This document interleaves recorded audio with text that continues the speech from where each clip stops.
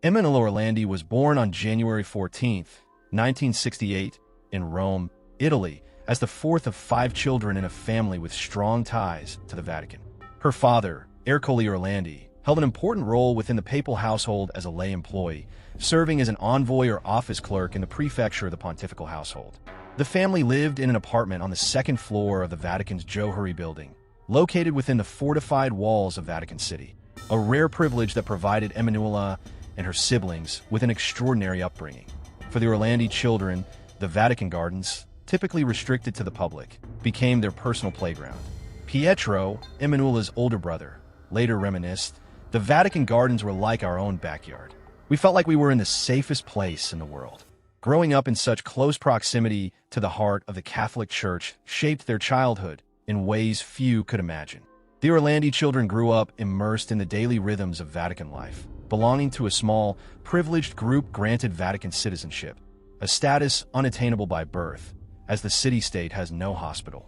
This unique legal distinction would later play a pivotal role in the tangled investigation into Emanuela's disappearance. At the time, she was a 15-year-old high school student in Rome, known as a bright, disciplined teenager with a remarkable talent for music, especially the flute. 3 times a week, she made the journey to the Tommaso Ludovico de Victoria Music School for her lessons. The summer of 1983 brought scorching heat to Rome. On June 22nd, while her parents were away visiting relatives in the coastal town of Fiumicino, Emanuela vanished, an event that would spiral into one of Italy's most enduring mysteries. They planned to return home shortly before 8 p.m. That morning, when they left, all their children, including Emanuela, were still at home. The girl's routine on that fateful Wednesday had begun like any other. Around 4 p.m., she left her home in Vatican City to attend her music lesson. The scorching heat made the journey uncomfortable, and she was running late. She had asked her brother, Pietro, to drive her, but he was unavailable, a decision that would haunt him for years to come. As Emanuela made her way to the lesson, an encounter took place that would later become a key piece of the investigation. At approximately 4:45 p.m., near Palazzo Madama, she was reportedly approached by a man driving a BMW. Described as between 35 and 40 years old, he offered her what seemed like a tempting opportunity, a well-paid job distributing flyers for Avon Cosmetics at a fashion show for the renowned haute couture house Sorel Fontana. The man told her to ask her parents for permission and said he would wait for her answer after she finished school. Following her music lesson, Emanuela typically had lessons from 5 to 6 p.m. During this time, she called home and spoke with her sister, Federica, mentioning a job offer she had received. Federica, cautious about the situation, advised Emanuela not to accept the offer without first discussing it with her parents. This conversation would later become one of the last confirmed communications from Emanuela. After her lesson, Emanuela attended a choral singing class from 6 to 7 p.m., led by Professor Valentino Mazzaro. On that particular day, classes were scheduled to end 10 minutes earlier than usual due to a mass being held in the school chapel to celebrate the silver wedding anniversary of some staff members. Emanuela had initially considered leaving early, around 6:40, but ultimately decided to stay until the end. As the students prepared to leave, she was seen hurrying down the building staircase, swiftly weaving past groups of students. The last confirmed sighting of Emanuela occurred around 7:30 p.m. at a bus stop on Corso Rinascimento, where she was waiting with 2 classmates, Raffaele Monzi and Maria Cassini, for bus number 70. According to Monzi's account, Emanuela brought up the job offer again, unsure whether to go home immediately or wait to inform the man that she would ask her parents' permission first. When the bus arrived, it was overcrowded. Maria and Raffaele boarded, but Emanuela stayed behind, saying it was too full. As the bus departed, the 2 girls reported seeing Emanuela still at the stop, speaking to an unidentified girl with dark, curly hair. This enigmatic figure would become another puzzling piece in the investigation, as she was never identified despite extensive efforts. From that moment on, Emanuela's whereabouts became an enduring mystery, one that would baffle investigators, captivate the public, and spawn countless theories for decades to come. When she failed to return home that evening, her family's concern quickly turned to alarm. By the following morning, June 23rd, she was officially declared missing. The immediate aftermath of her disappearance was marked by frantic activity and a series of baffling events. Deeply worried, her family began searching for her and alerted the authorities. Initially, they were told to wait, as it wasn't unusual for teenagers to stay out late. However, given the Orlandi family's unique ties to the Vatican, the case quickly drew significant attention. The first major breakthrough came from an unexpected source: Giulio Geni, a young agent with Italy's domestic intelligence agency and a family friend. Taking initiative, he questioned two police officers who had been on duty near Palazzo Madama the night Emanuela vanished. Both officers recalled seeing a girl matching her description speaking to a man carrying an Avon Cosmetics bag, but their accounts conflicted on the timing. One claimed the encounter happened before Emanuela's music lesson, while the other disagreed. Two conflicting accounts emerged regarding the timeline of Emanuela's disappearance. One witness claimed it happened around 7 p.m. after her class had ended. The man in question was reportedly driving a dark green BMW. Julio's investigation led him to track down the vehicle, which was undergoing repairs for a broken window. Intriguingly, the damage appeared to have been caused from the inside. He discovered the car belonged to a woman. But before he could pursue this lead further, his superiors abruptly removed him from the case. This early interference marked the beginning of a decades-long pattern of obstructions and dead ends in the investigation. The first mysterious phone call came on June 25th, just 3 days after Emanuela vanished. Around 6 p.m., a young man identifying himself as Pierre Luigi contacted the Orlandi family. He claimed to be 16 years old and said that he and his fiancée had encountered a girl matching Emanuela's description in Campo de' Fiori, a popular square in Rome.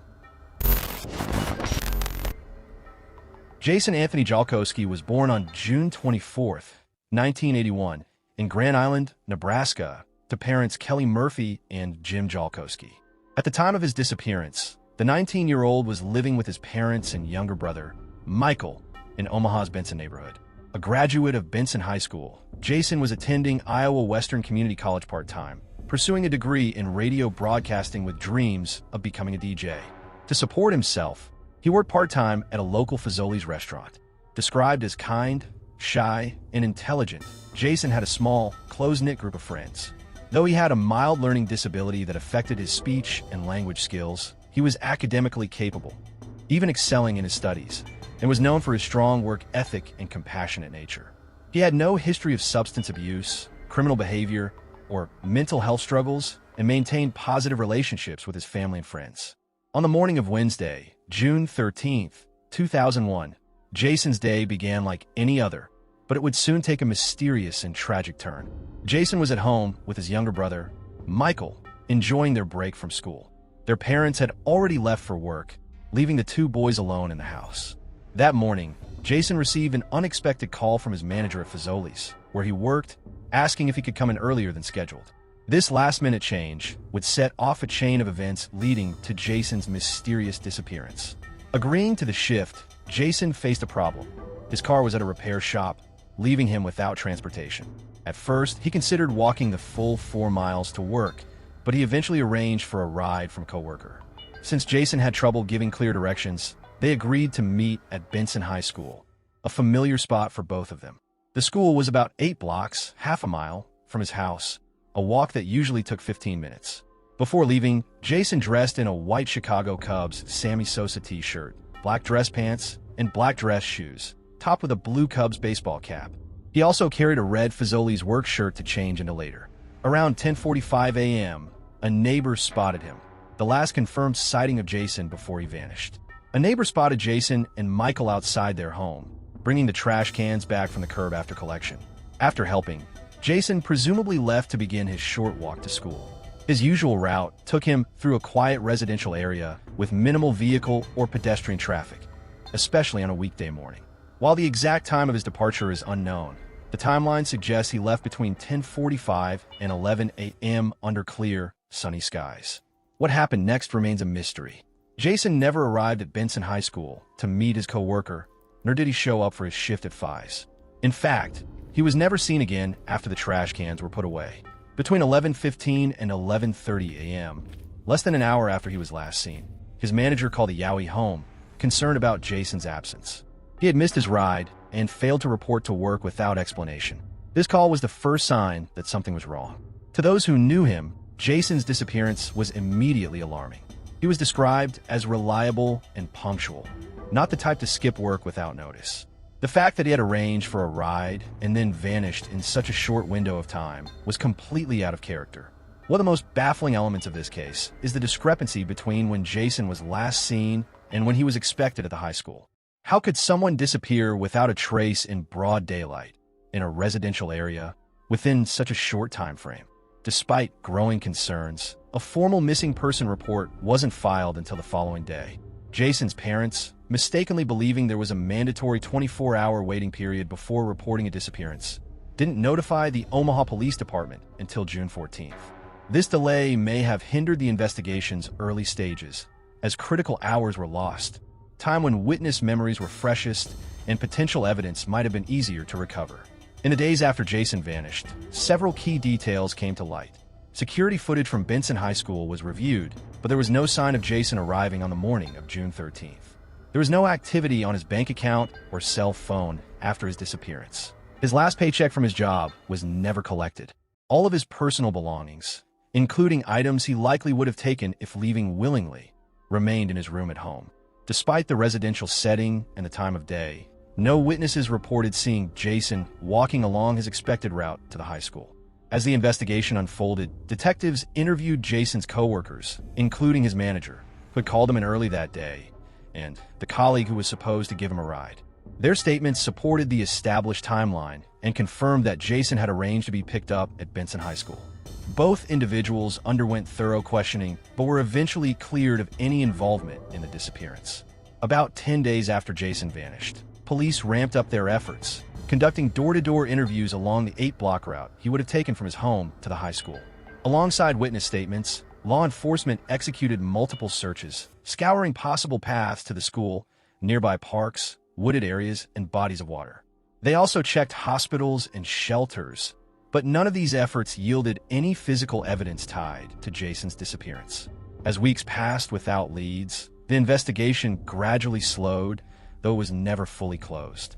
Despite the dwindling momentum, authorities continued to pursue any new information that might shed light on the case. The Omaha Police Department has kept Jason's case open, periodically reviewing evidence and pursuing any new tips or leads that emerge. As of 2024, more than 2 decades after his disappearance, the department still considers it an active investigation. Initially, authorities explored the possibility that Jason had run away voluntarily, but this theory was quickly dismissed for several key reasons. He had only about $60 at the time, far too little to support himself long-term. He left behind critical personal items, including his car and his last paycheck. There have been no verified sightings of him since his disappearance, which is unusual for someone who intentionally fled. He had no apparent motive to abandon his life. He was excited about a new job and furthering his education. The timing of his disappearance, just before he was expected to meet a co-worker, makes a planned departure highly unlikely. Given these factors, both investigators and Jason's family now consider the runaway theory improbable. Another possibility that has been considered is a hit-and-run accident. This theory suggests Jason may have been struck by a vehicle while walking to school, with the panicked driver then removing his body to avoid legal consequences. However, this scenario also presents challenges. The residential streets he would have taken were quiet, especially during a late weekday morning. Yet no witnesses reported hearing or seeing an accident. No physical evidence, such as debris, skid marks, or blood, was found to indicate a collision. If Jason had been injured but not killed instantly, moving him unnoticed would have been difficult without drawing attention. Despite these theories, Jason's disappearance remains unresolved, leaving investigators and loved ones searching for answers. While this theory cannot be entirely dismissed, the absence of physical evidence or witness testimony makes it somewhat less credible. Another widely discussed possibility is that Jason was abducted by a stranger. This scenario could have unfolded in several ways. A passing driver might have stopped to speak with Jason before offering him a ride. Someone could have forcibly dragged him into a vehicle, or an individual on foot may have lured or coerced him away. However, the abduction theory also faces challenges. Jason's mother described him as cautious and unlikely to accept rides from strangers. Additionally, the short time frame and residential setting would have made a forceful abduction risky. Yet no witnesses reported seeing or hearing anything suspicious. Despite these inconsistencies, many still consider abduction one of the more plausible explanations, given the lack of alternative evidence. A far less likely theory suggests that Jason may have suffered a sudden psychological break, leading him to wander off in a confused state, intentionally hide, or even harm himself. However, this explanation lacks supporting evidence. Jason had no known history of mental health issues, was described as stable and happy before his disappearance, and no remains have ever been found to suggest self-harm. As a result, this possibility remains speculative and is generally considered improbable. Between 2003 and 2009, a string of murders and disappearances shook Rocky Mount, North Carolina, primarily affecting Edgecombe and Halifax counties. The case, later dubbed the Edgecombe County Serial Killer or the Seven Bridges Killer, earned its name from the area where several victims' bodies were discovered. The first confirmed victim was Melody Wiggins, a 29-year-old woman reported missing on May 30th, 2005, whose body was found on June 2nd, 2005. An autopsy revealed she had been stabbed multiple times and suffered fatal blunt force trauma to the head. Over the following years, more victims were linked to the case. Christine Mary Boone, 43, was reported missing on January 16, 2007, but her remains were not found until March 9, 2010. Jackie Nakia Thorpe, 35, disappeared on May 8, 2007, and her decomposed body was discovered on August 17, 2007. Elizabeth Jane Smallwood, 33, was found on a Rocky Mount soccer field about a week after Thorpe's discovery, though her exact disappearance date remains unclear. Taraha Shanice Nicholson, 28, was reported missing on February 22, 2009, and her body was recovered on March 7, 2009. Jarnice Latonia Hargrove, 31, vanished on April 25, 2009, with her remains found on June 29, 2009. Roberta Williams, 40, was the last known victim. Her body was discovered on March 27, 2010. The victim shared several disturbing similarities, suggesting a possible serial killer at work. Despite investigations, the case remains unsolved, leaving families and the community desperate for answers. As the investigation into the Edgecombe County serial killings unfolded, authorities zeroed in on Antoine Maurice Pittman as their prime suspect. Several critical factors pointed investigators toward Pittman. The most significant breakthrough came when forensic evidence, along with witness testimonies and behavioral patterns, connected him to the crimes. The task force, composed of Edgecombe County Sheriff's investigators, Rocky Mount Police, and State Bureau of Investigation agents, meticulously pieced together the evidence, ultimately building a compelling case against Pittman. His known interactions with the victims, combined with circumstantial and physical evidence, solidified his link to the killings.